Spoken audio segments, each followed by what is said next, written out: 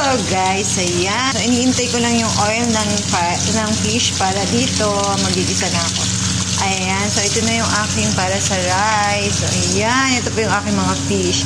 Ready na ang lahat ng aking mga gagamitin, kahit ang aking mga spices. So, ang aking mga vegetable. Yan. So, guys, discarding malupit na naman ni Inday. Katapos lang kasing maglinis. At ito na ang aking rice. Nakasoko, diba?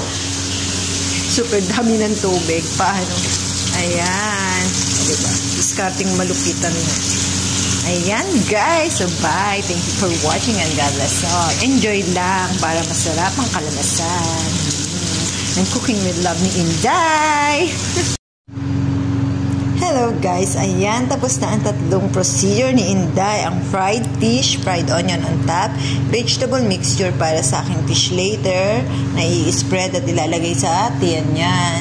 And then sa layering ng rice, so marami pong procedure na gagawin dyan later. Ito naman ang aking rice, ongoing now, so malapit na yan. At tapos ko na rin naluto ang para sa ilalim ng layering ng rice ko later. Ayan, so kahit anong kabisihan ni Inday, libang-libang sa pagbibideo para hindi ramdam ang pagod. Diba? Enjoy and love what you're doing para mas maganda ang kalabasan at maging masarap. Diba?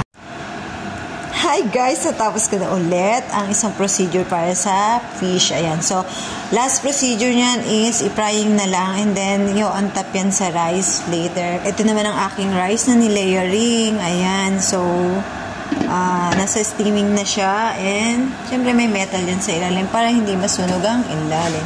So, ayan guys. Okay. Okay naman ang lasa niya kay Inday. Ewan ko lang sa kanila. Ayan guys, so ayan, ito na yung last procedure ng fish ko. So nabaliktad ko na siya, kaya brown na yung kulay niyan. And then ito na yung aking rice. So nasa low fire pa rin siya.